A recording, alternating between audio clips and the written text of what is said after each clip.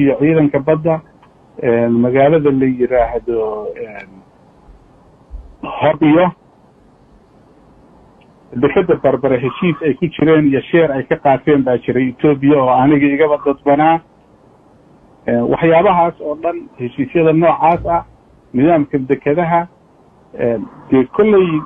Ethiopia dambay u tahay oo ahayd inagana lafteedana dambay inoo ahayd laakiin aniga shakhsiyan danta iigu jirtay gaarka waxay ahayd inaan helo ciidamo Soomaalida la soo duldajiyo in ciidanka badda ee Ethiopia uu yimaado Hobyo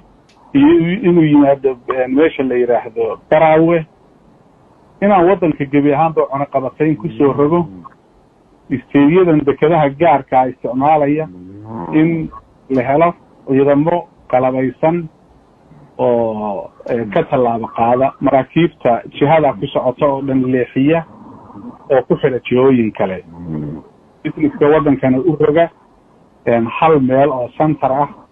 oo wax laga kala qaybinayo cunaqabataynta cirka ee meelaha qaarkood saaray waxaan soo watay oo iigu dhimanayd cunaqabatayn dhinaca badda ah inaan la imaado taa oo waqtiga iyo duruufta iyo dantu ii diiday haddii aad iigu dartaan doorkan 4 sano waan gaari doonaa inaan soo dejiyo Barawe inaan soo dejiyo meesha la yiraahdo Hobyo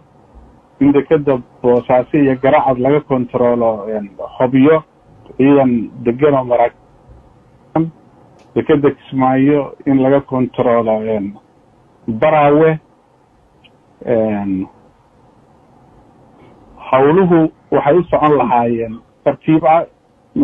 Barawe iyo Hobyo in la kala dejiyo 15,000 ilaa 20,000 oo ciidanka Ethiopia Muqdisho lafteeda in ay nidaam saameyn ku yeeshaan